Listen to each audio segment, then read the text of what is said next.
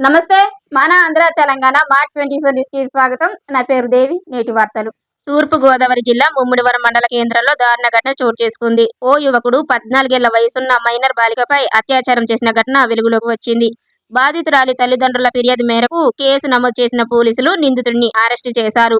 పోలీసుల విచారణలో నిందితుడు బాలికను మాయమాటలతో పిలిచి ఈ ఘాతుకానికి పాల్పడినట్టు వెల్లడైంది. బాలికను వైద్య పరీక్షల నిమిత్తం ఆసుపత్రికి తరలించగా ప్రస్తుతం ఆమె ఆరోగ్యం నిలకడగా ఉందని అధికారులు తెలిపారు.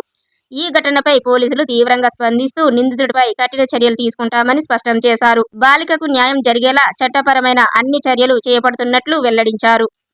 సతీష్ అనే కుర్రాడు నన్ను ఇలా చేసాడమ్మా, బెదిరించి మాట్లాడతానని చెప్పి పిలిపించి నన్ను వాళ్ళ ఇంటికి తీసుకెళ్ళి చేయడం జరిగింది. ఏమంటారని నేను చెప్పలేదమ్మా, నేను బెదిరించారు నన్ను అని అన్నదండి. నేను వెంటనే తొట్టుకోలేక వెంటనే ముమ్మడివారం పోలీస్ స్టేషన్లో కంప్లైంట్ ఇవ్వడం జరిగిందండి.